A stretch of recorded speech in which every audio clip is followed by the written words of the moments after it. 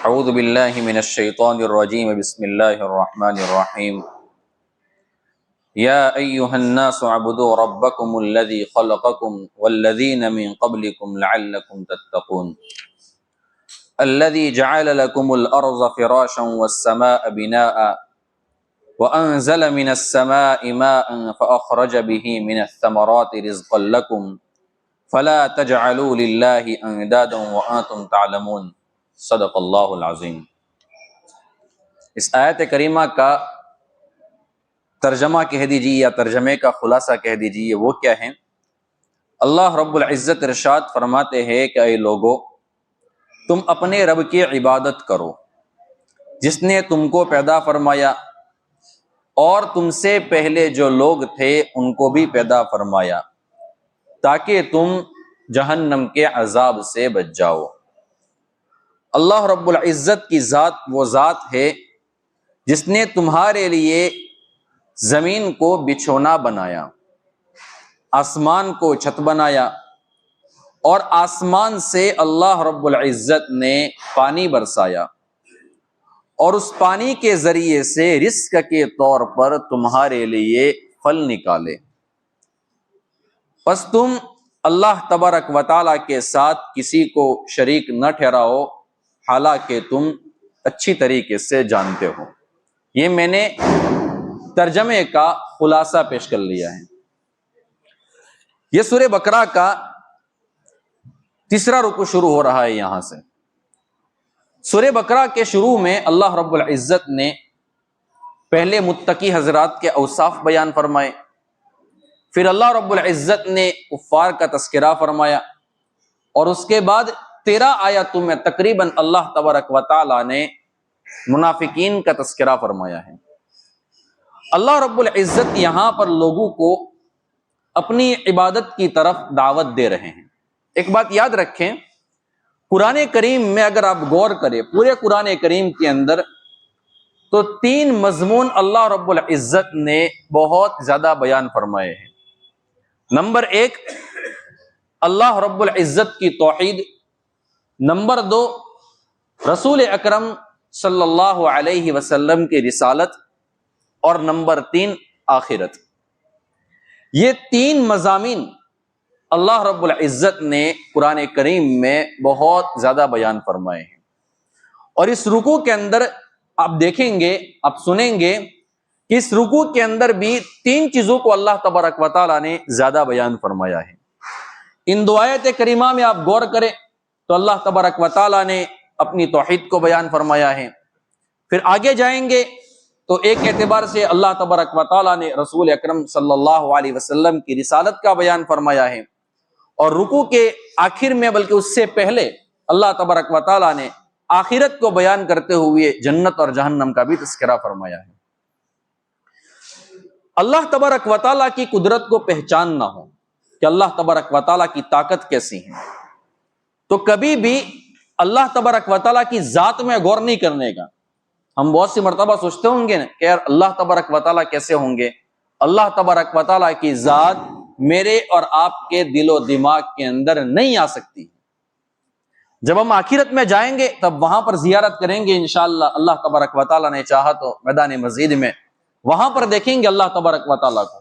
لیکن دنیا میں رہتے ہوئے ہمیں اللہ تبارک و تعالیٰ کی مخلوق میں غور کرنے کا، مخلوق میں غور کریں گے تو اللہ تبارک و تعالیٰ سمجھ میں آ جائے گا۔ حضرت امام اعظم ابو حنیفہ رحمۃ اللہ علیہ کے زمانے میں ایک واقعہ ہے، کچھ دہریے تھے جسے ہم کہتے ہیں ناستک قسم کے لوگ، جن کا کوئی مذہب نہیں ہوتا ہے، وہ اللہ تبارک و تعالیٰ کی ذات کو بھی نہیں مانتے۔ ان کا ماننا یہ ہے کہ یہ دنیا جو بنی ہے نا وہ خود بخود بن گئی ہے، اس کو بنانے والا کوئی نہیں ہے۔ تو اس قسم کا ایک بہت بڑا گروپ تھا حضرت امام اعظم ابو حنیفہ رحمۃ اللہ علیہ کے زمانے میں۔ تو کسی نے کہا حضرت امام صاحب رحمۃ اللہ علیہ سے، یہ واقعہ تفسیر ابن کثیر میں موجود ہے، کسی نے کہا حضرت امام اعظم ابو حنیفہ رحمۃ اللہ علیہ سے کہ آپ کو مناظرہ کرنا ہے۔ فرمایا کہ ٹھیک ہے۔ اچھا، حضرت امام اعظم ابو حنیفہ رحمۃ اللہ علیہ اپنے زمانے میں صرف کوئی ایک بہت بڑی عالم کی شخصیت نہیں تھے، بہت بڑے عالم ہونے کے ساتھ ساتھ اللہ تبارک و تعالیٰ نے آپ کو مال بھی بہت دیا تھا، آپ ایک بہت بڑے بزنس مین بھی تھے، تو لوگ آپ کو جانتے تھے، لوگ آپ کا احترام کرتے تھے، لوگ آپ کی عزت کرتے تھے، لوگ آپ کا ادب کرتے تھے۔ تو اتفاق سے مسئلہ ایسا ہوا کہ حضرت امام اعظم ابو حنیفہ رحمۃ اللہ علیہ جو مناظری کی جو جگہ تھی، بحث و مباحثہ کی جو جگہ تھی، وہاں پر ٹائم پر نہیں پہنچ سکے، دیر ہو گئی۔ جب وہاں پر پہنچے تو جو دہریے قسم کے جو لوگ تھے، جو یہ کہتے تھے کہ اللہ تبارک و تعالیٰ اس دنیا کو بنانے والا نہیں ہے بلکہ یہ دنیا خود بخود بن گئی، انہوں نے کہا کہ امام صاحب، ہم تو آپ کے بارے میں بڑی اچھی باتیں سنتے تھے، آپ بہت ٹائم کے پابند ہیں، آپ کیا ہم سے ڈر گئے ہیں کہ مناظرے میں آپ دیر سے پہنچے ہیں؟ حضرت امام اعظم ابو حنیفہ رحمۃ اللہ علیہ کو اللہ تبارک و تعالیٰ نے ایک خصوصیت عطا فرمائی تھی کہ کسی بندے کو سمجھانا ہو نا تو سمجھانے کا طریقہ کیا ہوتا ہے، کسی بندے کو پکڑنا ہو تو پکڑنے کا طریقہ کیا ہوتا ہے، یہ چیز اگر سیکھنی ہے تو امام اعظم ابو حنیفہ رحمۃ اللہ علیہ سے سیکھنے کی۔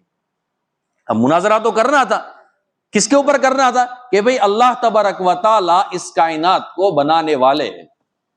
امام صاحب نے سوچا کہ چلو اس کو تھوڑا سا گھما کر لاتا ہوں، اس کو ایک الگ انداز سے میں سمجھاتا ہوں۔ تو امام صاحب فرمانے لگے کہ یار اصل میں مسئلہ یہ ہوا تھا کہ یہاں پر جب مجھے آنا تھا تو جہاں سے میں نکلا تھا اور یہاں تک آنے کے لیے راستے میں ایک نہر تھی، میں نہر کے کنارے کے اوپر آ کر کھڑا ہو گیا، میں سوچتا رہا کہ میں کیسے جاؤں گا، اور نہر کے کنارے کے اوپر ایک درخت تھا۔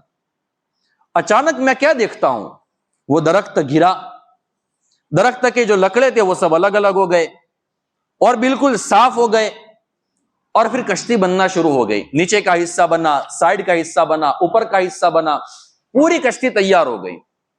اس کے بعد میں اس کشتی کے اندر سوار ہوا اور کشتی آ رہی تھی، راستہ میں سفر میں طے کر رہا تھا۔ جب کنارہ آیا تو میں کشتی سے نیچے اترا اور آپ کی خدمت میں آ گیا۔ اب وہ بندہ تو نہیں سمجھ رہا تھا کہ اب میرا پاؤں کہاں پر پھنس رہا ہے۔ اس نے کہا کہ امام صاحب، ہم تو بڑے آپ کو عقل مند سمجھتے تھے، اب تو بالکل بیوقوف نکلے ہیں۔ فرمایا کہ میں کیسے بیوقوف ہو گیا، دلیل تو لاؤ۔ فرمایا کہ ایسا کبھی ہو سکتا ہے کہ لکڑا ہو، وہ خود بخود گر جائے، خود بخود پھٹے، خود بخود تیار ہو جائے، اور اس کے بعد کشتی بننا شروع ہو جائے، کشتی خود بخود تیار ہو جائے، اس کے بعد اس کا کوئی چلانے والا بھی نہ ہو، پیسنجر کے طور پر آپ اکیلے تھے، اب اس کشتی کے اندر بیٹھ جائے اور وہ کشتی آپ کو لے کر یہاں پر آ جائے، ایسا کبھی ہو سکتا ہے؟ فرمایا کہ آپ مناظرہ ہار گئے۔ فرمایا کہ کیسے، ابھی تو مناظرہ شروع ہی نہیں ہوا ہے۔ فرمایا کہ شروع ہونے سے پہلے ہی آپ ہار گئے۔ فرمایا کہ کیسے؟ امام اعظم ابو حنیفہ رحمۃ اللہ علیہ فرمانے لگے، ایک کشتی اگر بغیر بنانے والے کے بن نہیں سکتی ہے تو یہ ساتوں زمین اور ساتوں آسمان اور پہاڑ اور سمندر اور ندیاں یہ بغیر بنانے کے کیسے بن گئی، بغیر بنانے والے کے کیسے بن گئی؟ وہ بندہ سمجھ گیا اور اس کو احساس ہو گیا، اور جتنا بھی گروپ وہاں پر مناظرہ کرنے کے لیے، بحث و مباحثہ کرنے کے لیے حضرت امام اعظم ابو حنیفہ رحمۃ اللہ علیہ کے پاس آیا تھا، ان لوگوں نے، تمام کے تمام لوگوں نے حضرت امام صاحب رحمۃ اللہ علیہ کے ہاتھ کے اوپر اسلام قبول کر لیا۔ یہ ہوتا ہے سمجھانے کا طریقہ۔ ایک مرتبہ کسی نے حضرت امام شافعی رحمۃ اللہ علیہ سے سوال کیا کہ حضرت یہ تو بتاؤ اللہ تبارک و تعالیٰ کی قدرت کی نشانی کیا ہے؟ تو امام شافعی رحمۃ اللہ علیہ نے یہ فرمایا، شہتوت کے درخت کے پتے۔ کسی نے پوچھا کہ حضرت وہ کیسے؟ فرمانے لگے، شہتوت کے درخت کے پتوں کو ریشم کا کیڑا کھاتا ہے تو اس سے ریشم نکلتا ہے، ہرن کھاتی ہے تو اس کے ناف کے اندر سے مشک اور عنبر نکلتا ہے، شہد کی مکھی کھاتی ہے تو اس کے ذریعے سے اللہ تبارک و تعالیٰ شہد کو پیدا فرماتے ہیں، گائے اور بھینس کھاتے ہیں تو گوبر نکلتا ہے، اور بکری کھاتی ہے تو مینگنیاں نکلتی ہے۔ خوراک ایک ہے، الگ الگ مخلوق نے کھایا تو اللہ تبارک و تعالیٰ نے الگ الگ چیزوں کو پیدا فرمایا ہے۔ یہ ہے میرے رب کی قدرت اور یہ ہے اللہ تبارک و تعالیٰ کی شان۔ حضرت امام احمد بن حنبل رحمۃ اللہ علیہ سے کسی نے سوال کیا، حضرت یہ تو بتاؤ اللہ تبارک و تعالیٰ کی قدرت کی نشانی کیا ہے؟ فرمانے لگے، ایک سفید چاندی کی طرح چمکنے والا ایک محل ہے جس کا کوئی نہ دروازہ ہے نہ کوئی کھڑکی ہے، اور اندر سے سونے کی مانند ہے، گولڈ کے مانند ہے، پیلا پیلی چیزیں ہیں، اور اچانک وہ جو محل ہے نا وہ پھوٹ جاتا ہے، وہ ٹوٹ جاتا ہے، اور اندر سے اللہ تبارک و تعالی ایک خوبصورت جانور کو نکالتا ہے، اور وہ اپنی خوبصورت آواز کے اندر اللہ تبارک و تعالیٰ کا ذکر بھی کرتا ہے۔ کسی نے پوچھا کہ حضرت یہ کیا ہے، جسے ہم ہماری زبان میں کہتے ہیں اکھاڑا، آپ نے گجراتی میں سنا ہوگا۔ فرمایا کہ یہ کیا ہے؟ حضرت امام احمد بن حنبل رحمۃ اللہ علیہ فرمانے لگے، میرے رب کی قدرت دیکھنی ہو تو انڈے کو دیکھ لینا، چاندی کی طرح سفید ہوتا ہے، نہ کوئی دروازہ ہے نہ کوئی کھڑکی ہوتی ہے، اور جب وہ پھوٹتا ہے تو اندر سے ایک پرندہ، ایک چوزا نکلتا ہے جو خوبصورت آواز کے اندر اپنے رب کی تسبیح کو بیان کرتا ہے، اپنے رب کی تعریف کو بیان کرتا ہے۔ اس محل کے اندر، اس انڈے کے اندر جہاں پر نہ کوئی پانی کا قطرہ جا سکتا ہے، نہ ہوا کی کوئی لہر اندر جا سکتی ہے، اس انڈے کے اندر اللہ تبارک و تعالیٰ نے اس بچے کو کیسے زندہ رکھا؟ یہ میرے رب کی قدرت ہے۔ یہ تو اللہ تبارک و تعالیٰ کی چھوٹی چھوٹی مخلوق ہے نا، انسان اپنی ذات کے اندر بھی اگر غور کرے نا تو اللہ تبارک و تعالیٰ اس کو سمجھ میں آ جاتا ہے کہ میں ایسے ہی دنیا کے اندر پیدا نہیں ہوا ہوں، بلکہ مجھے کوئی پیدا کرنے والا، کوئی ذات موجود ہے جس نے مجھے پیدا کیا۔ اللہ تبارک و تعالیٰ کی عظیم مخلوقات میں سے جو بڑی بڑی مخلوق ہیں، اس میں ایک مخلوق زمین ہے اور دوسری مخلوق آسمان ہے۔ قرآن کریم میں، اب اچھی طریقے سے سننا، قرآن کریم میں اللہ رب العزت نے زمین و آسمان میں غور کرنے کی تعلیم بھی دی ہے ایک اعتبار سے، اور جو غور کرنے والے لوگ ہیں کہ اللہ تبارک و تعالیٰ نے زمین کو کیسا پیدا فرمایا ہے، آسمان کو کیسا پیدا فرمایا ہے، یہ عقل مندوں کی نشانی ہے۔ غور کرنے والے عقل مند ہوتے ہیں، یہ بھی اللہ تبارک و تعالیٰ نے قرآن کریم میں بیان فرمایا ہے۔ چنانچہ قرآن کریم پارہ نمبر 4 سورہ آل عمران کا تقریباً آخری رکوع ہے۔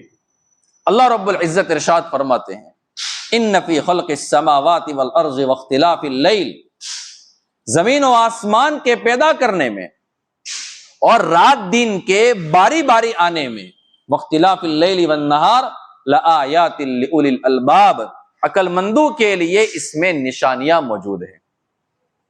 آگے اللہ تبارک و تعالیٰ فرماتے ہیں، عقل مند لوگوں کی صفت بیان کی ہے، وہ کیسے ہیں؟ الذین یذکرون اللہ قیاما وقعودا وعلی جنوبہم، کہ جو اللہ تبارک و تعالیٰ کو اٹھتے بیٹھتے لیٹے ہوئے یاد کرتے ہیں۔ وَيَتَفَكَّرُونَ فِي خَلْقِ السَّمَاوَاتِ وَالْأَرْضِ، یہ اصل نقطہ ہے، اور زمین و آسمان کی پیدائش کے اندر وہ غور کرتے ہیں کہ اللہ تبارک و تعالیٰ نے زمین کو کیسا بنایا ہے، آسمان کو کیسا بنایا ہے۔ ابھی آپ کے سامنے روایتیں بیان کرتا ہوں، آپ سننا کھا لیں کہ وہ اللہ تبارک و تعالیٰ نے آسمان کو کیسا بنایا ہے، آسمان کی موٹائی کتنی ہے، پہلے آسمان کے مقابلے میں دوسرا آسمان کتنا بڑا ہے، دونوں آسمان کے درمیان کا ڈسٹنس کیا ہے، 7 آسمان کے اوپر کی چیزیں کیا ہے، یہ آگے بیان کرتا ہوں میں۔ اللہ تبارک و تعالیٰ کیا فرماتے ہیں؟ وَيَتَفَكَّرُونَ فِي خَلْقِ السَّمَاوَاتِ وَالْأَرْضِ، اور زمین و آسمان کی پیدائش کے اندر غور کرتے ہیں، اور غور کرنے کے بعد کیا کہتے ہیں؟ ربنا ما خلقت هذا باطلا، ربا آپ نے اس کو ایسے ہی بیکار پیدا نہیں کیا ہے، سبحانک فقنا عذاب النار، آپ کی ذات پاک ہے، ہمیں جہنم کے عذاب سے بچا لیجئے۔ ربنا انک من تدخل النار فقد اخزیتہ، اے اللہ جس کو آپ نے جہنم میں داخل کر دیا وہ تو رسوائی ہو گیا۔ وما للظالمین من انصار، اور ظالمین کا کوئی مددگار نہیں ہوگا، ظالم لوگوں کا کوئی مددگار نہیں ہوگا۔ اللہ تبارک و تعالیٰ آگے کیا فرماتے ہیں کہ وہ عقل مند لوگ کیا کہتے ہیں؟ ربنا اننا سمعنا منادیا ینادی للایمان ان آمنوا بربکم فآمنا، اے اللہ ہم نے سن لیا، ایک پکارنے والا پکار رہا تھا کہ تم اپنے رب کے اوپر ایمان لے آؤ، اننا سمعنا منادیا ینادی للایمان، ایمان کی طرف پکار رہا تھا کہ تم اپنے رب کی طرف ایمان لے آؤ، اپنے رب کو مان لو۔ ان آمنوا بربکم فآمنا ربنا فاغفر لنا ذنوبنا، اے اللہ ہمارے گناہوں کو معاف فرما دیجیے، وکفر عنا سیئاتنا، ہماری سیئات کو مٹا دیجیے، وتوفنا مع الابرار، اور ہمیں موت اس حال میں دینا کہ ہمیں نیک لوگوں کے ساتھ ملا دینا، نیک لوگوں میں شامل کر کے آپ ہمیں موت دینا۔ ربنا وآتنا ما وعدتنا علی رسولک ولا تخزنا یوم القیامہ، اے اللہ آپ ہمیں وہ ساری چیزیں عطا فرمائیے کہ جس کا آپ نے اپنے رسولوں کے ذریعے سے ہم سے وعدہ کیا ہے۔ ربنا وآتنا ما وعدتنا علی رسولک ولا تخزنا یوم القیامہ، ربا ہمیں میدان محشر کے اندر قیامت کے دن رسوا مت کرنا، ولا تخزنا یوم القیامہ۔ ینادی للایمان ان آمنوا بربکم فآمنا ربنا فاغفر لنا ذنوبنا وکفر عنا سیئاتنا وتوفنا مع الابرار ربنا وآتنا ما وعدتنا علی رسولک ولا تخزنا یوم القیامہ انک لا تخلف المیعاد۔ اے اللہ آپ وعدہ خلافی نہیں کرتے۔ سوال یہ ہوتا ہے کہ اللہ تبارک و تعالیٰ نے آسمانوں کو بنایا ہے تو کس طریقے سے اللہ تبارک و تعالیٰ نے بنایا ہے؟ اس سلسلے میں روایتیں کیا ہے؟ دیکھو، دنیا کے اندر مجھے اور آپ کو اگر ایک مکان بنانا ہو، مکان کی ایک چھت بنانی ہو، ایمان سے بتاؤ کیا ہم اس کو سہارا دیے بغیر کبھی ہوا میں لٹکا سکتے ہیں؟ سوال ہی پیدا نہیں ہوتا ہے، بنا ہی نہیں سکتے ہیں۔ اللہ تبارک و تعالیٰ نے کون سی چیز کون سے دن میں پیدا کی ہے؟ الدر المنصور کے اندر روایت موجود ہے، اور راوی حدیث حضرت ابو ہریرہ رضی اللہ تعالیٰ عنہ فرماتے ہیں کہ ایک مرتبہ اللہ کے رسول صلی اللہ علیہ وسلم نے میرا ہاتھ پکڑا، اور ہاتھ پکڑ کر یوں فرمایا، اللہ تبارک و تعالیٰ نے مٹی کو جو پیدا کیا ہے وہ سنیچر کے دن پیدا کیا ہے۔ مٹی کو کون سے دن پیدا کیا ہے؟ سنیچر کے دن پیدا کیا ہے۔ اور پہاڑوں کو اللہ تبارک و تعالیٰ نے جو بنایا ہے وہ اتوار کے دن بنایا ہے۔ درختوں کو اللہ تبارک و تعالیٰ نے جو بنایا ہے وہ پیر کے دن بنایا ہے۔ اور مکروہ چیزوں کو، یعنی مصیبتیں ہیں، غم ہیں، ان چیزوں کو جو اللہ تبارک و تعالیٰ نے پیدا فرمایا ہے وہ منگل کے دن پیدا فرمایا ہے۔ اور نور کو اللہ تبارک و تعالیٰ نے جو پیدا کیا ہے وہ بدھ کے دن پیدا کیا ہے۔ اور جانوروں کو اللہ تبارک و تعالیٰ نے جمعرات کے دن پیدا فرمایا ہے، اور حضرت آدم علیہ السلام کو اللہ تبارک و تعالیٰ نے جو پیدا فرمایا ہے وہ جمعہ کے دن عصر کے بعد پیدا فرمایا ہے۔ کون سی چیز کب اللہ تبارک و تعالیٰ نے پیدا کی، یہ روایت میں آ گیا۔ پہلے میں آپ میری طرف دیکھیں، پہلے میں آپ کو خلاصہ بیان کر لیتا ہوں، پھر میں روایتوں کی طرف اشارہ کر لیتا ہوں۔ 7 زمینیں یہ اللہ تبارک و تعالیٰ نے کس طریقے سے بنائی ہیں؟ ہم کیا سمجھتے ہیں جس زمین کے اوپر ہم رہ رہے ہیں وہاں پر اندر بورنگ جاتی ہے، جہاں پر بورنگ ہماری ختم ہو جائے، جہاں پر اٹک جائے، ہم کیا سمجھتے ہیں کہ زمین ختم ہو گئی۔ حالانکہ ایسی بات نہیں ہے۔ ایک زمین، اس کی جو موٹائی ہے، موٹائی مثال کے طور پر یہ کٹا ہے، اس کی موٹائی کتنے کہ بھائی اتنی ہے، یہ موبائل ہے تو موبائل کی موٹائی اتنی ہے، تو ایک زمین کی جو موٹائی ہے نا وہ 500 سال کے برابر ہے۔ کتنے سال کے برابر ہے؟ 500 سال کے برابر موٹائی ہے۔ اور غالباً روایتوں میں جو محسوس ہوتا ہے، اس سے یہ بھی معلوم ہوتا ہے کہ 2 زمین، 7 زمینیں ہیں نا، تو 2 زمینوں کے درمیان کا فاصلہ کتنا ہے؟ وہ بھی 500 سال کا ہے۔ ایسی 7 زمینیں لے لیں، 7 زمینوں کی موٹائی لے لیں، 7 زمینوں کے درمیان کا جو فاصلہ ہے 500 سال کا وہ لے لیں۔ اتنی بات سمجھ میں آ گئی؟ اب پہلا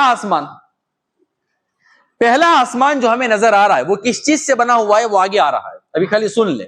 پہلا آسمان یہ زمین سے کتنا دور ہے؟ وہ 500 سال دوری کے اوپر ہے۔ کتنا دور ہے؟ 500 سال کی دوری کے اوپر ہے۔ کتنا بڑا ہے ابھی میں بیان نہیں کرتا ہوں، وہ آگے آ رہا ہے۔ پھر پہلا آسمان جب آیا تو پہلے آسمان کی موٹائی کتنی؟ وہ 500 سال ہے۔ پہلے آسمان سے لے کر دوسرے آسمان کے درمیان کا جو فاصلہ اور ڈسٹنس ہے وہ 500 سال کا ہے۔ 2 آسمان ہو گئے، ایک آسمان 500 سال کی خالی جگہ، 500 سال کی موٹائی کے برابر آسمان، پھر خالی جگہ، پھر دوسرا آسمان، دوسرے آسمان کی موٹائی بھی 500 سال، اس کے بعد تیسرے آسمان اور دوسرے آسمان کے درمیان کا فاصلہ 500 سال کا۔ اور یہ 500 سال دنیا کے نہیں ہیں بلکہ آخرت کے ہیں، اور آخرت کا ایک دن دنیا کے 50,000 سال کے برابر ہے۔ اب حساب لگا لینا، ٹریلین، بلین، زیلین، آگے جو بھی آتا ہے نا، پینٹیلین، سب فیل ہو جائے گا۔ دنیا کا کوئی بھی سپر پاور کمپیوٹر لاؤں گے اس کے آگے فیل۔ ٹھیک ہے، دوسرا آسمان، دوسرے آسمان سے لے کر تیسرے آسمان کے درمیان کا فاصلہ 500 سال کا، اور تیسرا آسمان اور چوتھا آسمان اسی طریقے سے موٹائی ان کی 500 سال۔ اب آپ حساب لگا لیں، کرتے کرتے کرتے کرتے کرتے آپ آسمانوں تک چلے جائے۔ 7 آسمان اس طریقے سے بڑے بڑے اللہ تبارک و تعالیٰ نے پیدا فرمائے ہیں۔ چلو یہیں پر ایک روایت کو بیان کر لیتا ہوں. پہلا آسمان کتنا بڑا ہے؟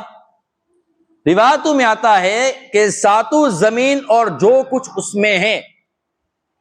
میں نے کہا روایتوں سے جو خلاصہ نکلتا ہے وہ یہ نکلتا ہے ہر زمین کی موٹائی کتنی ہے؟ 500 سال.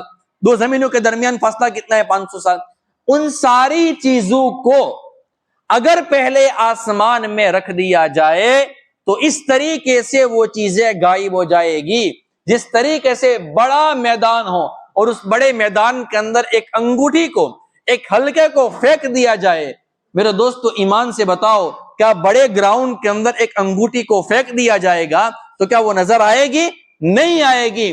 اسی طریقے سے ساتوں زمین اور جو کچھ اس میں ہے اس کو پہلے آسمان میں پھینک دیا جائے تو اس طریقے سے غائب ہو جائے گی جس طریقے سے ایک بڑے میدان کے اندر ایک انگوٹھی اور ایک حلقہ غائب ہو جاتا ہے.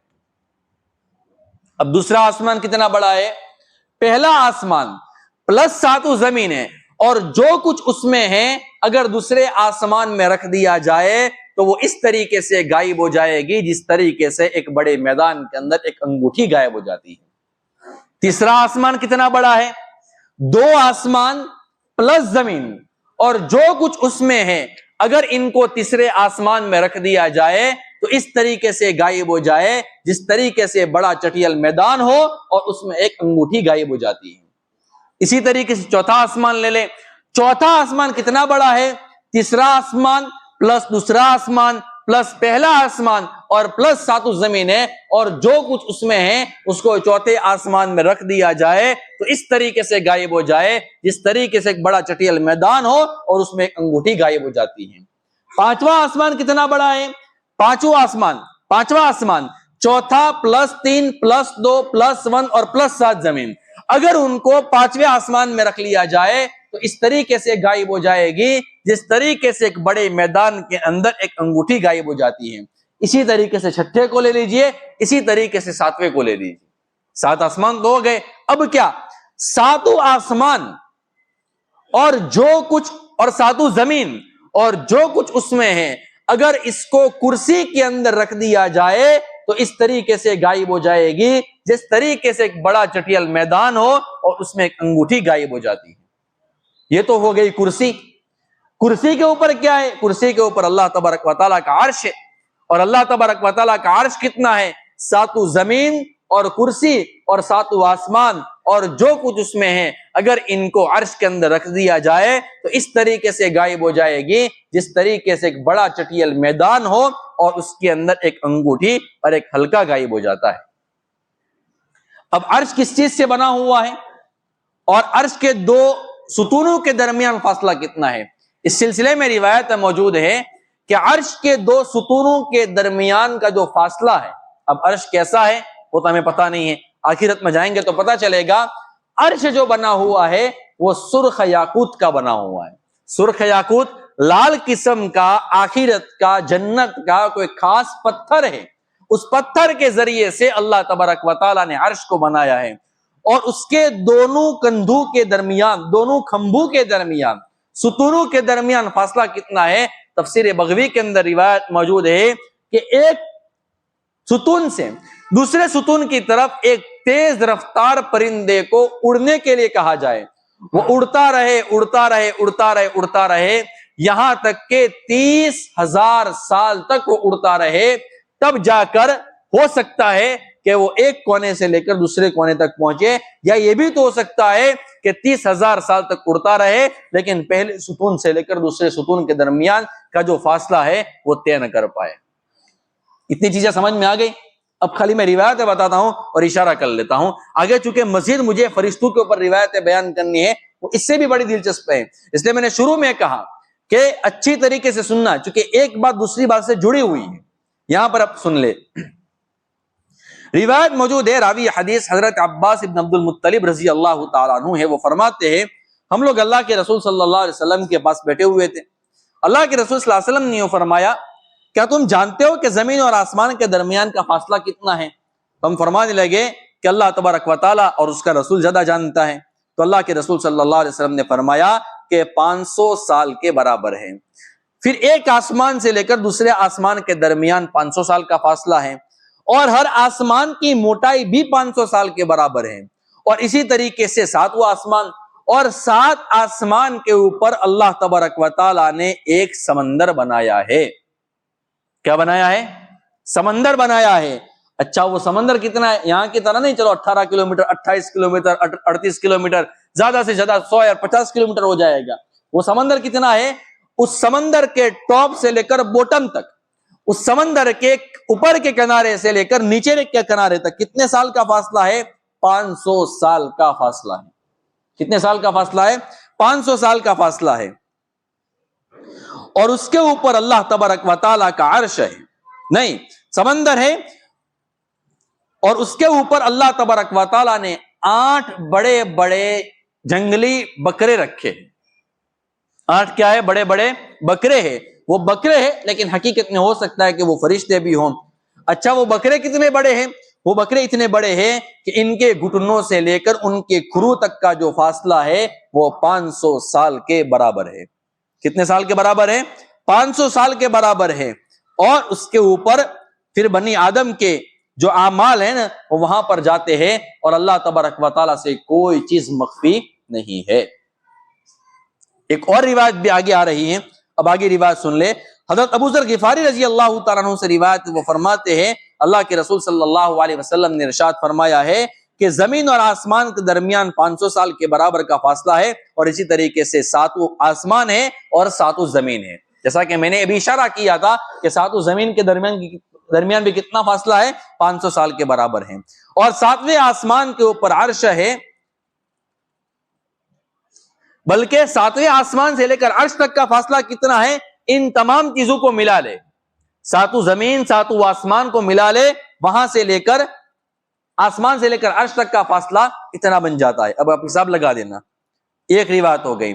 اسی طریقے سے حضرت عبداللہ بن مسعود رضی اللہ تعالیٰ عنہما کی روایت بھی موجود ہے، وہ فرماتے ہیں کہ زمین اور آسمان کے درمیان 500 سال کا فاصلہ ہے، اور اسی طریقے سے ہر آسمان کی جو موٹائی وہ 500 سال کے برابر ہے، اور آسمان سے لے کر کرسی تک کا فاصلہ وہ 500 سال کے برابر ہے، اور کرسی سے لے کر پانی تک کا جو فاصلہ ہے وہ 500 سال کا ہے، اور عرش جو ہے وہ پانی کے اوپر ہے، اور اللہ تبارک و تعالیٰ عرش کے اوپر ہے، اور اللہ تبارک و تعالیٰ تم تمام کو جانتے ہیں۔ ٹھیک ہے، اب 7 آسمان کس چیز سے بنے ہوئے، جس کی سب سے زیادہ دلچسپی آپ کو تھی وہ روایت سن لیجیے۔ اس میں 2 روایتیں ہیں۔ پہلی روایت کے راوی حضرت انس رضی اللہ تعالیٰ عنہ، اور دوسری روایت کے راوی حضرت سلمان فارسی رضی اللہ تعالیٰ عنہ۔ حضرت انس بن مالک رضی اللہ تعالیٰ عنہ فرماتے ہیں کہ آسمان دنیا، یعنی جو آسمان ہمیں نظر آ رہا ہے وہ آسمان ایک جمی ہوئی موج ہے، یعنی اللہ تبارک و تعالیٰ نے برف کے ذریعے سے اس کو بنایا ہے۔ دوسرا جو آسمان ہے، اب آپ اندازہ برابر دماغ میں رکھنا کہ پہلے آسمان سے دوسرا آسمان کتنا بڑا ہے۔ ابھی کل آپ سن لیں کہ دوسرا آسمان کس چیز سے بنا ہوا ہے۔ دوسرا آسمان جو بنا ہوا ہے وہ سفید مرمر کا ہے، آڑس پتھر جسے ہم کہتے ہیں نا، لیکن دنیا کا نہیں، یہ آخرت کا ہوگا۔ کیسا ہوگا؟ جب جائیں گے، جب دیکھیں گے، اللہ تبارک و تعالیٰ نے مقدر میں رکھا ہوگا تو ہم وہاں پر دیکھ لیں گے۔ تیسرا آسمان جو اللہ رب العزت نے بنایا ہے وہ لوہے کا بنایا ہے۔ کتنا بڑا ہوگا؟ 500 سال کی تو موٹائی ہے۔ اللہ تبارک و تعالیٰ کے خزانے کیسے ہیں؟ وَإِن مِّن شَيْءٍ عِندَ رَبِّ، اللہ تبارک و تعالیٰ قرآن کریم میں فرماتے ہیں کہ ہر چیز کے خزانے اللہ تبارک و تعالیٰ کے پاس موجود ہے۔ اب چوتھا آسمان کس چیز سے بنا ہوا ہے؟ یہاں پر روایت موجود ہے کہ چوتھا آسمان جو بنا ہوا ہے وہ تانبے کا بنا ہوا ہے۔ پانچواں آسمان کس چیز سے بنا ہوا ہے؟ تو پانچواں آسمان جو بنا ہوا ہے وہ چاندی کا بنا ہوا ہے۔ چھٹا آسمان جو بنا ہوا ہے وہ سونے کا بنا ہوا ہے، اور 7واں آسمان جو بنا ہوا ہے وہ لال رنگ کے یاقوت کے بنا ہوا ہے۔ یاقوت بھی ایک قسم کا قیمتی پتھر ہے، اور وہ تو آخرت کا ہے، اور وہ بھی لال رنگ کا ہے۔ تو جو 7واں آسمان ہے وہ سرخ یاقوت یعنی لال رنگ کے یاقوت کا بنا ہوا ہے۔ اب 7 آسمان کے اوپر کیا ہے؟ اوپر آپ نے سن لیا سمندر ہے، اسی طریقے سے آپ نے یہ بھی سن لیا کہ وہاں پر 8 بڑے بڑے فرشتے ہیں جو بکرو کے شکل میں، جنگلی بکرو کے شکل میں ہیں۔ اب یہاں پر کیا ہے کہ 7ویں آسمان کے اوپر نور کے صحرا ہے، یعنی نور کے جنگلات ہیں۔ اب وہ کتنے بڑے ہوں گے وہ یہاں پر موجود نہیں ہیں، وہ اللہ تبارک و تعالیٰ جانتے ہیں۔ اور اس کے اوپر کیا ہے وہ صرف اللہ تبارک و تعالیٰ جانتے ہیں، اور ایک فرشتہ ہے جس کو کہا جاتا ہے پردو کا فرشتہ، وہ جانتا ہے، اور اس کا نام ہے میتات روش۔ اس کا نام کیا ہے؟ میتات روش۔ آپ یہ نام یاد رکھنا، کل روایت سن لیجئے۔ دوسری روایت حضرت سلمان فارسی رضی اللہ تعالیٰ عنہ سے ہے، وہ فرماتے ہیں کہ دنیا کا جو آسمان ہمیں جو نظر آ رہا ہے وہ سبز زمرد کا ہے۔ زمرد یہ بھی کوئی قیمتی پتھر ہے، لیکن یہ بھی دنیا کا نہیں بلکہ آخرت کا ہے، اور اس کا نام کیا ہے؟ رقیعہ۔ کیا نام ہے؟ رقیعہ۔ دوسرا آسمان جو بنا ہے وہ سفید چاندی کا ہے، اور اس کا نام ہے ارقلون۔ تیسرا آسمان جو ہے وہ سرخ یاقوت کا ہے، اور اس کا نام ہے قیدوم۔ اور اسی طریقے سے چوتھا آسمان جو بنا ہے وہ سفید موتی کا بنا ہوا ہے، اور اس کا نام ہے معونہ۔ اور اسی طریقے سے پانچواں آسمان ہے، اس کو اللہ تبارک و تعالیٰ نے لال کلر کے گولڈ کا بنا ہوا ہے، یعنی جسے ہم کہتے ہیں ریڈ کلر کا گولڈ ہے، اور اس سے چھٹے آسمان کو، پانچویں آسمان کو اللہ تبارک و تعالیٰ نے بنایا ہے، اور چھٹا آسمان جو ہے وہ پیلے رنگ کے یاقوت کا ہے، اور ساتواں آسمان جو ہے، اچھا اس کا نام کیا ہے؟ دقنا ہے۔ پانچویں آسمان کا نام ریقہ ہے، اور چھٹے آسمان کا نام دقنا ہے، اور ساتواں آسمان اللہ تبارک و تعالیٰ نے نور کا بنایا ہے، اور اس کا نام ہے عریبہ۔ اس کا نام کیا ہے؟ عریبہ۔ اسی طریقے سے حضرت عبداللہ ابن عباس رضی اللہ تعالیٰ عنہما کی روایت موجود ہے، وہ فرماتے ہیں کہ اللہ کے رسول صلی اللہ علیہ وسلم نے یوں فرمایا، بلکہ وہ خود یوں فرماتے ہیں کہ تم اللہ تبارک و تعالیٰ کی ہر چیز میں غور کرو، لیکن اللہ تبارک و تعالیٰ کی ذات میں غور مت کرنا، اس لیے کہ ساتویں آسمان اور کرسی کے درمیان 7,000 نور ہیں، یعنی 7,000 نور کے پردے ہیں، اور اس کے بعد کرسی آتی ہے۔ اب یہ تو وراء الورا کی باتیں ہو گئی، اب یہ کیسی ہوگی؟ جب ہم آخرت میں جائیں گے تب ہمیں وہاں پر پتہ چلے گا۔ اب اس سلسلے میں مزید بھی کچھ روایتیں ہیں، وہ میں آپ کی خدمت میں پیش کر لیتا ہوں۔ یہ روایت اسی مصنف کی کتاب ہے، علامہ سیوطی رحمۃ اللہ علیہ کی ایک کتاب ہے الحبائق فی اخبار الملائکہ، اردو میں اس کا ترجمہ ہو گیا ہے، اب دیکھ لینا۔ اس کا نام ہے فرشتوں کے عجیب حالات۔ یہ آپ نے سال یاد رکھ لیے، زمین آسمان کتنے بڑے ہیں یہ بھی یاد رکھ لیے ہیں، اور آسمان سے کرسی کتنی بڑی یہ بھی یاد رکھ لیے، آپ نے یاد رکھا ہے۔ اب آگے سننا کہ ساتوں زمین اور ساتوں آسمان کو ایک فرشتہ ایک لقمہ کیسے بنا لیتا ہے، وہ فرشتہ کتنا بڑا ہے، یہ ساری چیزیں اس میں آئے گی۔ یہاں پر روایت موجود ہے حضرت عبداللہ ابن عمر رضی اللہ تعالیٰ عنہما سے، یہ زمین کس کے اوپر بنی ہے اس سلسلے میں روایت ہے۔ حضرت عبداللہ ابن عمر راوی حدیث ہے، وہ فرماتے ہیں کہ اللہ کے رسول صلی اللہ علیہ وسلم سے سوال کیا گیا، اللہ کے نبی صلی اللہ علیہ وسلم سے سوال یہ کیا گیا کہ یا رسول اللہ یہ بتائیے کہ زمین کس چیز کے اوپر ہے، زمین کس چیز کے اوپر ہے؟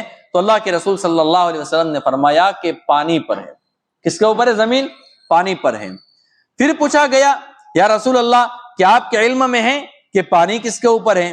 تو اللہ کے رسول صلی اللہ علیہ وسلم نے فرمایا کہ سبز چٹان کے اوپر ہے۔ چٹان سمجھتے ہیں نا، بڑی پتھر کی جو آتی ہے نا اس کو چٹان کہتے ہیں۔ تو پوری جو ساتوں زمین ہے اور اتنی بڑی ہے، اور وہ کس کے اوپر ہے؟ سبز چٹان کے اوپر ہے۔ پھر پوچھا گیا یا رسول اللہ کیا آپ کو پتا ہے کہ یہ چٹان کس کے اوپر ہے؟ اب اللہ کے رسول صلی اللہ علیہ وسلم نے فرمایا کہ چٹان مچھلی کی پشت پر ہے۔ ہم تو اب تک کیا سنتے آئے کہ مچھلی کہاں پر زندہ رہتی ہے؟ پانی میں، اور یہ تو کہاں پر ہے؟ جو ساتوں زمینیں ہیں، چٹان جو ہے وہ کس کے اوپر ہے؟ مچھلی کی پشت پر ہے۔ اچھا وہ مچھلی کتنی بڑی ہے؟ جس کے دونوں کنارے عرش سے ملے ہوئے ہیں، جس کے دونوں کنارے عرش سے ملے ہوئے ہیں۔ اور آپ نے روایتوں میں سن لیا کہ عرش کے دو کناروں کے درمیان کا فاصلہ کتنا ہے؟ 30,000 سال کا فاصلہ ہے ایک پرندے کا۔ اور اس کے بعد اللہ کے رسول صلی اللہ علیہ وسلم سے پوچھا گیا کہ آپ کے علم میں ہے کہ مچھلی کس کے اوپر ہے؟ تو اللہ کے رسول صلی اللہ علیہ وسلم نے ارشاد فرمایا ایک فرشتے کے کندھے کے اوپر ہے۔ وہ مچھلی کس کے اوپر ہے؟ ایک فرشتے کے کندھے کے اوپر ہے۔ اچھا وہ فرشتہ، سوال یہ ہوتا ہے کہ وہ کس چیز کے اوپر کھڑا ہے؟ تو اللہ کے رسول صلی اللہ علیہ وسلم نے فرمایا وہ فرشتہ کسی سہارے کے اوپر کھڑا نہیں ہے، بلکہ اللہ تبارک و تعالیٰ نے اس کو ہوا میں کھڑا رکھا ہے۔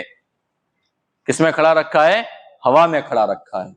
یہ ہے ہمارا رب، اور یہ ہے ہمارے رب کی عظمت، اور یہ ہے ہمارے رب کی طاقت اور قدرت۔ اسی طریقے سے میں کچھ روایتوں کو چھوڑ رہا ہوں، کوئی اہم روایت ہے وہ بیان کر لیتا ہوں۔ اسی طریقے سے حضرت عبداللہ بن عمر رضی اللہ تعالیٰ عنہما سے روایت ہے، وہ فرماتے ہیں چوتھی زمین کے اوپر اور تیسری زمین کے نیچے اتنے سارے جنات ہیں، اگر وہ جنات باہر آ جائے تو سورج کی روشنی جو ہے نا وہ ہمیں نہیں آئے گی، سورج کی کرن بھی ہمیں نہیں آئے گی۔ اتنے سارے جنات اللہ تبارک و تعالیٰ نے پیدا فرمائے ہیں۔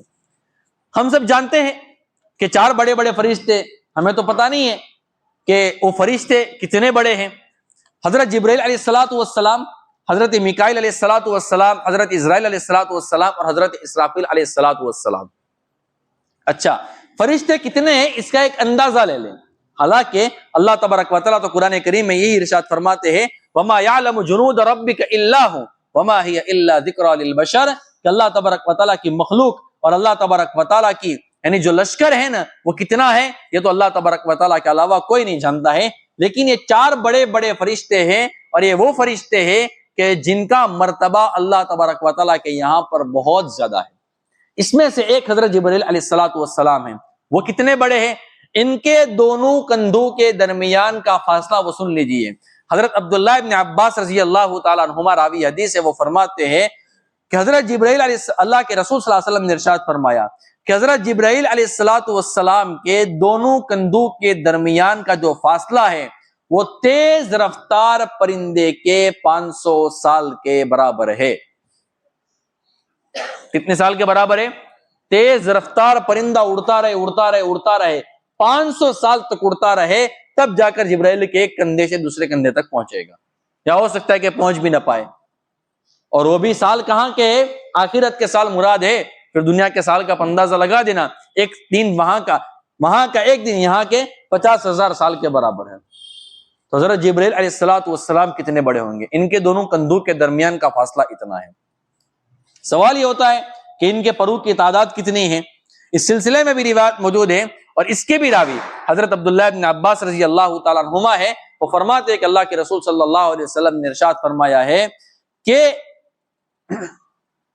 حضرت جبرائیل علیہ الصلوۃ والسلام کے 600 پر ہے۔ اچھا، وہ پر ایسا نہیں ہے کہ چلو دنیا کے اندر جو ہم پرندے دکھتے ہیں ایسے ان کے پر ہوں گے، یوں کریں گے تو ختم ہو جائیں گے، ایسے نہیں ہے۔ وہ پر کس چیز سے بنے ہوئے ہیں؟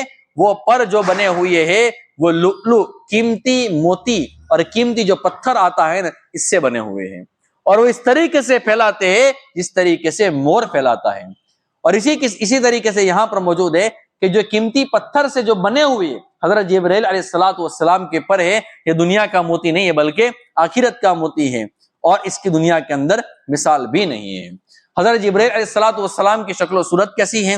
اس سلسلے میں بھی روایت موجود ہے، غالباً حضرت حذیفہ بن الیمان مراد ہے یہاں پر، حضرت ابن جریج اور حضرت قتادہ سے مروی ہے۔ وہ فرماتے ہیں کہ حضرت جبرائیل علیہ الصلوۃ والسلام کے 2 بہت بڑے بڑے پر ہیں، 600 پر بھی، اور 2 ہو سکتا ہے کہ بڑے پر بھی ہو، اور اس پر موتیوں سے پری ہوئی ایک پٹی ہے، موتیوں سے پری ہوئی ایک پٹی ہے، اور اگلے دانت جو ان کے ہیں نا وہ چمکدار ہے، پیشانی ان کی منور ہے، سر کے جو بال ہے وہ گھنگری والے ہیں، اور مرجان کی طرح، برف کی طرح ان کا جو سر ہے نا وہ سفید ہے، اور ان کے قدم جو ہے نا وہ سبزی مائل ہے، یعنی ہرے رنگ کی طرف زیادہ مائل ہے۔ سوال یہ ہوتا ہے کہ حضرت جبرائیل علیہ الصلوۃ والسلام اتنے بڑے ہیں تو کیا اللہ تبارک و تعالیٰ سے وہ نہیں ڈرتے ہوں گے؟ ہم انسان ہیں، ہماری ہائٹ 6 فٹ، زیادہ سے زیادہ 7 فٹ ہوگی، زیادہ سے زیادہ 9 فٹ یا 10 فٹ کی ہوگی، لیکن ہم لوگ اللہ تبارک و تعالیٰ سے نہیں ڈرتے ہیں۔ اور حضرت جبرائیل علیہ الصلوۃ والسلام اور حضرت میکائیل علیہ الصلوۃ والسلام باوجود یہ کہ وہ اتنے بڑے ہیں جسم کے اعتبار سے بھی، لیکن ان کے اندر اللہ تبارک و تعالیٰ کا خوف کتنا ہے؟ اس سلسلے میں روایت موجود ہے۔ حضرت عبدالعزیز ابن رواد رحمۃ اللہ علیہ فرماتے ہیں کہ ایک مرتبہ اللہ تبارک و تعالیٰ نے حضرت جبرائیل حضرت میکائیل علیہ الصلوۃ والسلام کو دیکھا کہ وہ رو رہے تھے، تو ان کو پوچھا کہ تمہیں کون سی چیز رلاتی ہے؟ حالانکہ تم جانتے ہو کہ میں ظلم نہیں کرتا ہوں، میں بے انصافی نہیں کرتا ہوں۔ انہوں نے عرض کیا، اے ہمارے پروردگار، ہم آپ کے عذاب سے بے خوف نہیں ہو سکتے ہیں، ہمیں آپ کے عذاب کا ڈر لگ رہا ہے۔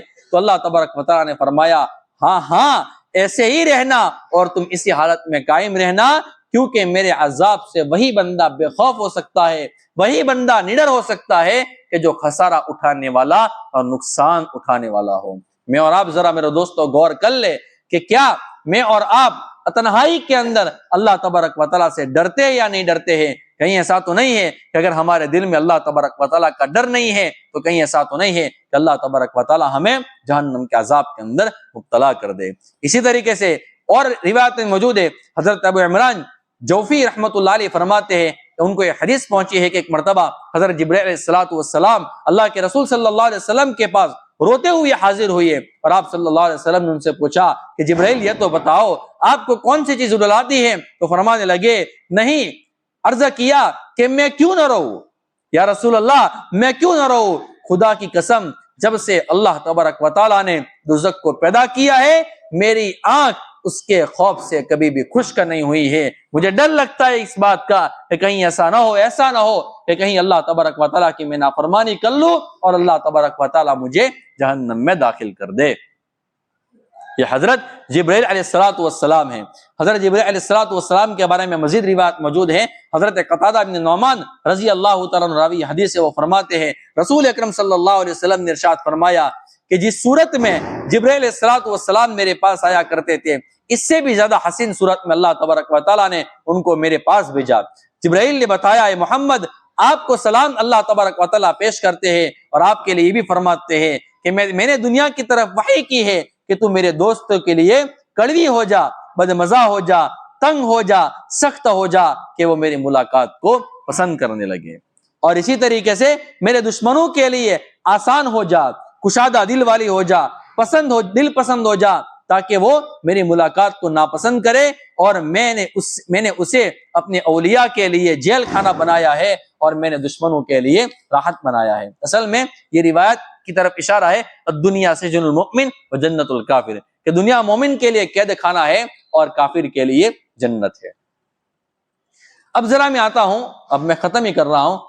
اب عرش کو اٹھانے والے جو فرشتے، سارے فرشتوں کے بارے میں بیان نہیں کر رہا ہوں، عرش کے ارد گرد 1,00,000 صفحے ہیں اور وہ فرشتے کتنے بڑے ابھی اس کو بیان نہیں کر رہا ہوں، کروبین کو بیان نہیں کر رہا ہوں، روحانیون فرشتوں کو بیان نہیں کر رہا ہوں، صرف کچھ فرشتوں کا یہاں پر جو تذکرہ موجود ہے اس کو میں یہاں پر بیان کر رہا ہوں۔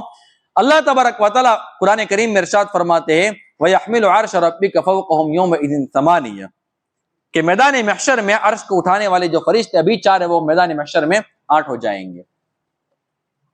اب عرش کے اٹھانے والے جو فرشتے ہیں ان کا جسم کتنا بڑا ہے، اب روایت سن لیں۔ حضرت عبداللہ ابن عباس رضی اللہ تعالیٰ عنہما سے روایت موجود ہے کہ عرش کے اٹھانے والے جو فرشتے ہیں عرش جو ہے ان کے سنگوں پر ہیں، ان کو اللہ تبارک و تعالیٰ نے سنگ عطا فرمائے، حاملین عرش جو ہیں ان کو اللہ تبارک و تعالیٰ نے سنگ عطا فرمائے، جس کی بلندی ایسی ہے جیسا کہ نیزہ بلند ہوتا ہے، ایسے ان کی بلندی ہے، اور ان میں سے ہر ایک کے پاؤں کے ابھرے ہوئے تلوے سے لے کر ٹخنے تک کا جو فاصلہ ہے وہ 500 سال کے برابر ہے۔ یعنی یہ جو ابھرا ہوا حصہ اس کو کہتے ہیں، اور یہ ٹخنوں ہے، یہ ٹخنوں کے درمیان میرے اور آپ کی 3 انگلیاں بنتی ہیں، اور وہ فرشتے کتنے بڑے ہیں کہ ان کے ٹخنوں سے لے کر پاؤں کے جو ایڑی ہے وہاں تک کا فاصلہ کتنا ہے؟ 500 سال کے فاصلے کے برابر ہے، اور اس کے ناک سے سرے سے لے کر ہنسلی کی ہڈی تک کا جو فاصلہ ہے وہ 500 سال کے برابر ہے، اور اس کی ہنسلی کی ہڈی سے لے کر پستان یعنی سینے تک کا جو حصہ ہے وہ 500 سال کے برابر ہے۔ 1500 سال تو یوں ہی بن گئے۔ اللہ تبارک و تعالیٰ کی قدرت دیکھے میرے دوستو، ہم اس رب کی نافرمانی کرتے ہیں۔ بعض روایتوں میں آتا ہے کہ کچھ اللہ تبارک و تعالیٰ کے فرشتے ایسے ہیں جو بہت زیادہ ڈرتے ہیں، ندیاں بہتی ہے ان کے آنسو کی، اور وہ بھی کیا کہتے ہیں سبحانک ما نخشی حق خشیتک او کما قال، کہ اللہ آپ کی ذات پاک ہے، آپ سے جیسے ڈرنا چاہیے تھا ویسا ہم نہیں ڈر رہے ہیں، حالانکہ ان کی آنسوؤں کی ندیاں بہ رہی ہیں۔ بعض فرشتے ایسے ہیں جن کو اللہ تبارک و تعالیٰ نے رکوع میں پیدا کیا ہے، وہ قیامت تک رکوع میں رہیں گے، بعض کو سجدے میں پیدا کیا ہے، اور وہ فرشتے اللہ تبارک و تعالیٰ کی تسبیح بیان کرتے ہیں۔ جب میدان محشر میں اٹھیں گے تو کیا کہیں گے؟ سبحانک ما عبدناک حق عبادتک، اے اللہ آپ کی ذات پاک ہے اور آپ کی جیسی عبادت کرنی چاہیے تھی ویسے ہم نے عبادت نہیں کی۔ قیامت تک وہ اس حالت میں رہیں گے، اور پھر کیا کہیں گے؟ اے اللہ ہم نے آپ کی عبادت کا حق ادا نہیں کیا ہے، اور ہم کیا سمجھتے ہیں میں نے 4 رکعت نفل ہی کیا پڑھ لیے، اور میں کیا سمجھتا ہوں کہ میں تو بہت بڑا عبادت گزار بن گیا ہوں۔ میں باہر جا کر دوسروں کے اوپر تنقید کرتا ہوں یار فلاں بندہ نفل نہیں پڑھتا ہے، فلاں بندہ سنتیں نہیں پڑھتا ہے، فلاں بندہ نمازیں نہیں پڑھ رہا ہے، ہمارے نمازوں کا حال کیا ہوگا جب میدان محشر میں یہ فرشتے اپنی پوری زندگیوں کی عبادتیں لے کر آئیں گے، اپنی پوری زندگیوں کی عبادتیں لے کر آئیں گے۔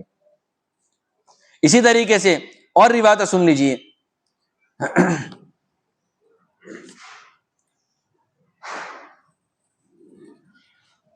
حضرت ابو ہریرہ رضی اللہ تعالیٰ عنہ کی روایت موجود ہے۔ چلو ایک اور روایت بیان کر لیتا ہوں۔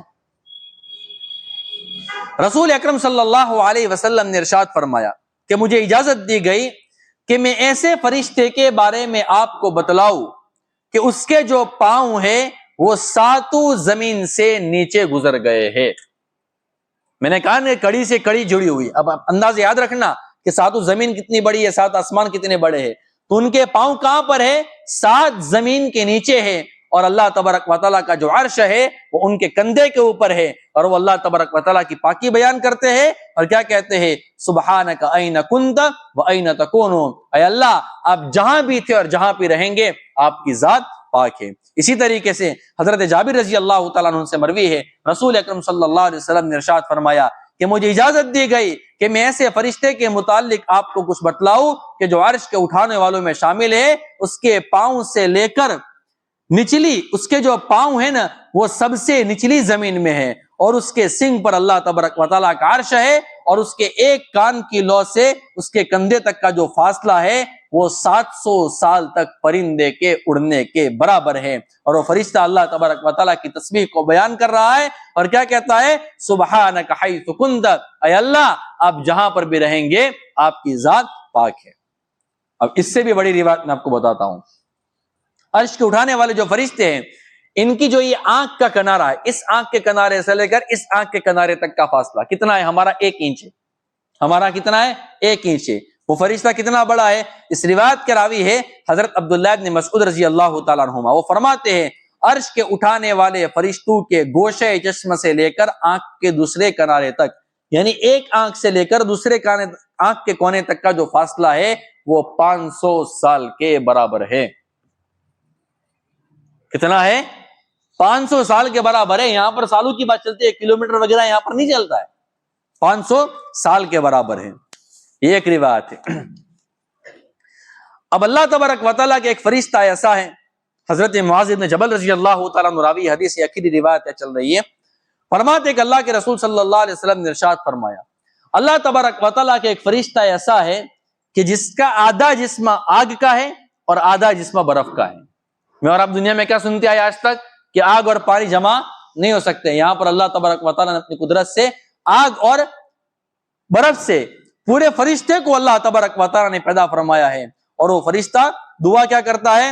اے اللہ آپ کی ذات پاک ہے، اے برف کی آگ سے الفت قائم کرنے والے، جس سے آگ برف کی ٹھنڈک کو اور برف کی ٹھنڈک آگ کی گرمی سے نہیں بجھاتی ہے، اپنے مومن بندوں کے دلوں کے درمیان محبت پیدا فرما۔ فرشتہ میرے اور آپ کے لیے دعا کر رہا ہے کہ اللہ ان کے درمیان آپس میں محبت پیدا فرما۔ تو کیا ہمیں آپس میں ایک دوسرے سے محبت نہیں کرنی چاہیے؟ ضرور کرنی چاہیے۔ ایک روایت ہے۔ اب میں نے جیسے شروع میں بتایا ساتوں آسمان کتنے بڑے ہیں، ساتوں زمین کتنی بڑی ہیں۔ حضرت عبداللہ ابن عباس رضی اللہ تعالیٰ عنہما راوی حدیث ہے، وہ فرماتے ہیں کہ رسول اکرم صلی اللہ علیہ وسلم نے ارشاد فرمایا کہ اللہ تبارک و تعالیٰ ایک فرشتہ ایسا ہے، اگر اس کو یوں کہا جائے کہ ساتوں زمین اور ساتوں آسمان کو ایک لقمہ کر لے تو وہ ایسا کر سکتا ہے، اور وہ اللہ تبارک و تعالیٰ کی پاکی کو بیان کرتا ہے۔ وہ کیا کہتا ہے؟ اے اللہ آپ پاک ہے جہاں پر بھی آپ ہو۔ وہ فرشتے کا منہ کتنا بڑا ہوگا پھر کہ ساتوں زمین اور ساتوں آسمان، 500 سال کا فاصلہ اور 500 سال کی موٹائی، اور ان تمام کو کیا بنا دے گا؟ ایک لقمہ بنا لے گا۔ میں اور آپ جب کھانے کا لقمہ بنا دیں نا تو ہمارے جسم کے مقابلے میں لقمہ بہت چھوٹا ہے، وہ فرشتہ کتنا بڑا ہوگا، اور اس فرشتے کو پیدا کرنے والا رب کتنا بڑا ہوگا، اس فرشتے کو پیدا کرنے والا رب کتنا بڑا ہوگا۔ اسی طریقے سے ایک اور روایت ہے، یہ روایت بڑی دلچسپ ہے۔ اب تک تو جو فاصلہ، جو ڈسٹنس آتا تھا طے کرنے کا، وہ انسانوں کا آتا تھا، وہ پرندوں کا آتا تھا، اب یہ تو ایک فرشتہ کتنا بڑا ہے اس کو آپ سن لیں۔ اللہ کے رسول صلی اللہ علیہ وسلم نے ارشاد فرمایا مجھے حکم دیا گیا ہے کہ میں آسمان کے ایک فرشتے کے متعلق آپ کو بتلاؤں. کیا بتلاؤں؟ کہ اس کے کندھے سے لے کر اس کے سر کے آخری حصے تک کا فاصلہ، یہاں سے لے کر یہاں تک کا فاصلہ کتنا بڑا ہے کہ ایک فرشتوں کی سپیڈ تو کتنی ہوتی ہے، پل جھپکنے میں یہاں سے لے کر آسمان تک پہنچ جاتے ہیں. یہاں سے لے کر پل جھپکنے میں یہاں سے لے کر آسمان تک پہنچ جاتے ہیں. اتنا تیز رفتار چلنے والا فرشتہ اس فرشتے کے کندھے سے لے کر سر تک چلتا رہے تو وہ فاصلہ اس کا 700 سال کے اندر پورا ہوگا. فرشتے کی سپیڈ اور سپیڈ سے وہ اڑتا رہے اور اس فرشتے کے کندھے سے لے کر سر تک کا جو فاصلہ ہے وہ کتنا ہے؟ 700 سال کا فاصلہ ہے. اور اتنا بڑا فرشتہ ہے کہ ایک فرشتہ اس کے کندھے اور اس کی سر کی مسافت کو طے نہیں کر پاتا ہے. وہ فرشتہ بھی نہیں جانتا ہے کہ میرا رب میرے سے کتنا آگے ہے، میرا رب میرے سے کتنا آگے ہے. تو یہ چند ایک روایتیں میں نے آپ کی خدمت میں فرشتوں کے حوالے سے پیش کی ہیں. حالانکہ یہ روایت جو میں نے بیان کی ہے نا، والحبائق فی اخبار الملائکہ، علامہ سیوطی رحمۃ اللہ علیہ کی کتاب ہے جس کا اردو میں ترجمہ ہے فرشتوں کے عجیب حالات. تو اس کے میں نے پرنٹ آؤٹ نکلوائی اور وہ ساری روایت آپ کے سامنے رکھی. اس میں سے اکثر روایت مجھے زبان نہیں یاد ہے، لیکن پرنٹ اس لیے نکلوائی تاکہ اچھی طریقے سے ایک ایک روایت کھول کر میں آپ کی خدمت میں پیش کر سکوں. حالانکہ اس سے بھی آگے کی روایت ابھی بھی موجود ہے. عرش جو بنا ہوا ہے وہ سرخ یاقوت کا بنا ہوا ہے، جیسے میں نے ابھی آپ کی خدمت میں پیش کر دیا ہے. اب کبھی آئندہ بیان کروں گا، آئندہ سوموار کو نہیں، کبھی دوبارہ جب عرش کے فرشتوں کا جب تذکرہ آئے گا تو وہاں پر بیان کروں گا کہ عرش کے اٹھانے والے فرشتے کتنے بڑے ہیں، کروبین کتنے بڑے ہیں، روحانیون ایک فرشتہ کتنا بڑا ہے. حضرت اسرائیل علیہ الصلوۃ والسلام کے بارے میں آتا ہے، ملک الموت کے بارے میں، کہ ان کی جو کھوپڑی ملک الموت کی، ان کا جو سر ہے وہ کتنا بڑا ہے پتا ہے؟ 7 سمندر کا پانی اگر ان کے سر کے اوپر ڈال دیا جائے تو قطرہ بھی نیچے نہیں گرے گا. اس فرشتے کا سر اتنا بڑا ہے تو وہ فرشتہ پھر کتنا بڑا ہوگا. ہم کیا سمجھتے ہیں یہ سونامی وغیرہ جو آتا ہے یا جو سمندر کی موجیں آتی ہے ایسی آتی ہے؟ نہیں، اللہ تبارک و تعالیٰ کے ایک فرشتہ ایسا ہے جو سمندر کے اوپر جب اپنا پاؤں مارتا ہے نا تو پھر اندر سے پانی باہر آتا ہے اور جو موجیں نکلتی ہیں. یہ ہمارا رب ہے. اس رب کو میرے دوستوں ہمیں پہچاننا ہے. یہ روایت آئندہ مزید بھی اللہ تبارک و تعالیٰ کی قدرت کے بارے میں آئے گی، وہ انشاءاللہ آئندہ کبھی بیان کروں گا. آئندہ یعنی جب ملائکہ کا تذکرہ آئے گا، جب فرشتوں کا تذکرہ آئے گا، جب عرش کا تذکرہ آئے گا، وہاں پر بیان کروں گا. اب آئندہ پیر کو، آئندہ سوموار کو بڑی ایک دلچسپ سیرت آنے والی ہے. رونگٹے کھڑے ہو جائیں گے اس سیرت کو سننے کے بعد. اور یہ سیرت کس کی ہے؟ حضرت عروہ ابن زبیر رضی اللہ تعالیٰ عنہ کی. وہ انشاءاللہ آئندہ پیر کو آپ کی خدمت میں پیش کی جائے گی. اس رکوع کے اندر بڑی دلچسپ باتیں آئے گی. جنت کا تذکرہ آئے گا، جنت کی نعمتوں کا تذکرہ آئے گا. آپ نے ابھی تک ایک ہی روایت سنی ہوگی کہ جنت میں حوریں کتنی ملے گی؟ 72 ملے گی. یاد رکھنا ہے تو کامن پیکیج ہے، یہ تو سب کو ملے گی. اس سے بھی تعداد میں بڑی روایتیں موجود ہے. اب وہ کتنی ملے گی وہ جب جنت کا تذکرہ آئے گا تو وہاں پر انشاءاللہ میں بیان کروں گا. ہم سب دعا کرتے اللہ تبارک و تعالیٰ سے کہ اللہ تبارک و تعالیٰ اپنی عظمت اور اپنی طاقت اور اپنی قدرت اور اپنی ہیبت ہمارے دلوں کے اندر اپنی شان کے مطابق بٹھا دے. اللہ تبارک و تعالیٰ مجھے اور آپ کو عمل کرنے کی توفیق عطا فرمائے. سبحان اللہ بحمدہ، سبحانک اللہم و بحمدک، ونشہد ان لا الہ الا انت، نستغفرک و نتوب الیک.